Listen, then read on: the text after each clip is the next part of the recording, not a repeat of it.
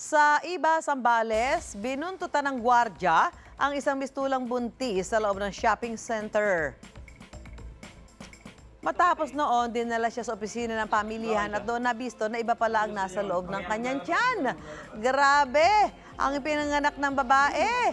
Sobrang daming produktong ninakaw umano mula sa shopping center. Anong gusto niyo, ma'am? Kami ang maglalabas o ikaw na maglalabas? Ma'am, hinto ka muna, ma'am. Pinapahinto kita eh.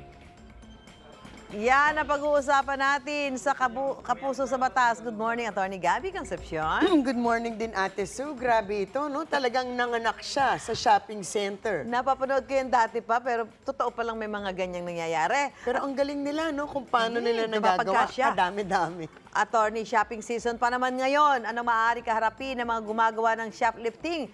Nagpanggap na buntis, pero iba pala yung laman ng tiyan. Actually, wala sa loob ng tiyan eh. Nasa labas ng tiyan, di ba? Okay, Attorney. Well, of course, yung shoplifting na yan, pareho lang yan. Pag nanakaw pa rin po yan. At hindi mo talaga masasabi na accidental, walang intensyon na magnakaw, o ito ay dala ng matinding paghihirap.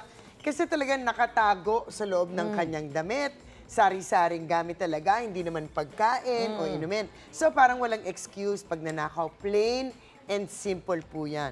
At ang penalty para sa theft ay palaging depende sa halaga ng mga nanakaw. Sa dami ng kanyang naitago, medyo mahirap tansyahin ang value ng mga nakaw. Pero as an example, kung ang nakaw ay less than 500 pesos at ito sa dami baka more than 500, of course, ang kulong ay 1 month and 1 day to 4 months. Pero since more than 500 ang nanakaw ni Madam, kung between 500 and 5,000 pesos, ang kulong ay aresto mayor in its medium period to prison correctional minimum, which is 2 months and 1 day to 2 years and 4 months na. Pero kung more than 5,000 up to 20,000, aresto mayor medium to prison correctional minimum, which is 2 months and 1 day to 2 years and 4 months. So, pag more than 20K, of course, hanggang 100,000, pataas ng pataas, maaaring hanggang 8 years na yan. So, pataas ng pataas, depende sa kung ano ang nanakaw. Attorney, sakali tamang hinala lang, pero wala naman palang ninakaw, may habol naman ba kung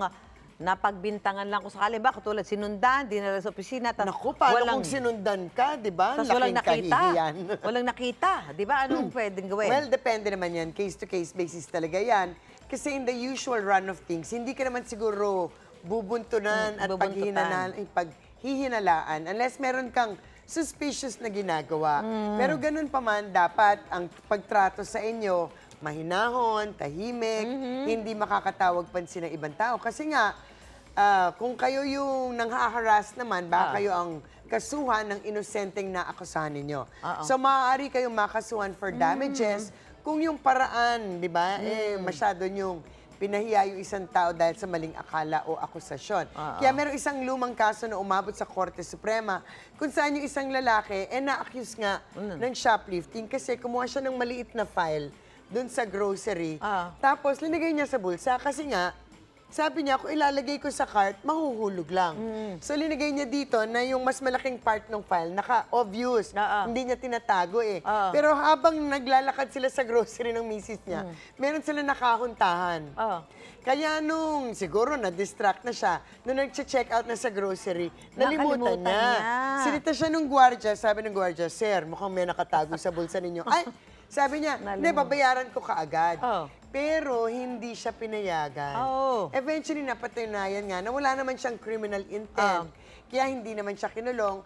Pero dahil hindi nga maganda ang pagtrato sa kanya, nagkaroon ng sagutan sa gitna ng public area, marami ang nakakita at nakadinig. Ito, medyo may stature in the neighborhood, di ba? Kaya pumanig sa kanya ang korte at binigyan siya ng moral damages kasi masama daw ang pagkatrato sa kanya. But as a general rule, mag-ingat yung take now and say, "I'll pay you later." Delikado po yan. At malamang sa malamang baka makasuhan pa kayo ng pagnanakaw o theft. Mas mabuti na yung huwag niyo ilalagay sa bag. Kahit small items yan, make sure na visible yan sa counter. Kasi sa dami nga ng ganitong mga pagkakataon, talagang maghihinala sila. Naku, maraming salamat, Attorney Gabby Concepcion. Happy Hump Day. Happy Hump Day! Sangkembot na lang. Sangkembot na Weekend lang. Weekend na. Shira and Lynn.